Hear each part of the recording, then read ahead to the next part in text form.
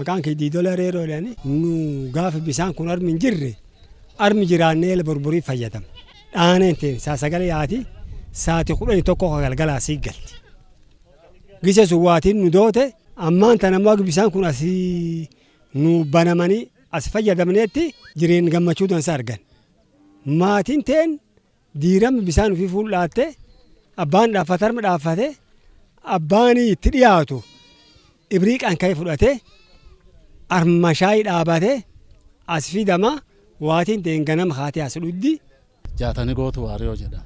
Eegi kiliinikiin kun jaarame waan guddoo faayidaa argan. Qorsi barbaadamu nu loon hin qabna, ree hin qabna, horsiisee bulaa, gaal hin qabna, arree hin qabna, waan kan cuf qabna. Waan kan cuf waluma galatti qorsiisa arganne. Maqaan kiyya Qeexoo Dooyyoodhani. Horsiisee bulaan durii gabayaa yoo tokko gabayaa oofata, yoo beela'ee fi yoo rakkata qofa oofata. Odeeffannoo gabayaa waan hin qabnee fi yoo gabayaa oofata gabayaan hin jirtu rakkataa ture. Immoo ammaatti eegii iddoon tursiisaa kun hin ijaarame akkaataan silaam inni wanni jalaan qabe jijjiiramaa jira inni fudhan itti baay'ee itti gammanne agammaatiyyuu haa tajaajilu jijal hin qabini in turee inni fudhan. Yadi maluu jedhanii waldaan keenya tajaajil maraa jecha maqaan isa. Ammiloolleen bitanna midhaalleen bitanna gatiin aggaadee irra gabbu'aani uummataan gurgurraa wanni nu qabnu. Maallaqee heennu guddaa miliyoona 2.5 fi kudhanii waan qabna. Idrisi grew out of a summit between IGAD and East African Community in 2011, where it was mandated to IGAD to lead drought resilience initiatives.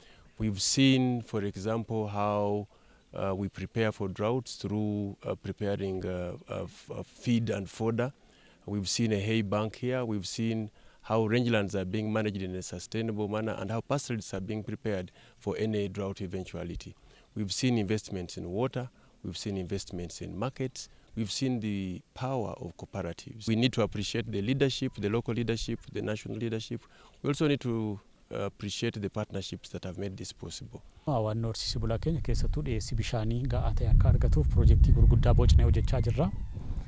Dabalataan hojiin misooma margaa keenya bal'inaanis gaggeeffamaa jira. Uummanni keenya immoo daldalaanis hojii oomishaa fi oomishtummaa beeladaa irrattis bu'a qabeessa akka inni ta'us bal'inaan hojjetamaa jira. Hojii mootummaan hojjetu bal'aan akkuma jirutti ta'e cinatti immoo sagantaaleen akkanaa deeggarsa biyyi keenya baankii addunyaa fi akkasumas baankii Afrikaa wajjin walii galtee argatte immoo guutummaa guutuutti karaa qulqullina qabuun karaa itti gaafatamummaa qabuun hojiirra oolchinee hojjennee bu'aasaa immoo tarsiimoo akka waliigalaatti naannoo keenya keessatti qabannee milkeessuuf waan nu gargaaruuf hordoffii fi deeggarsa cimaa ta'e geggeessinee hojicha guyyaa guyyaadhaan hooggannee sadarkaa kanarraan geenyee jirra.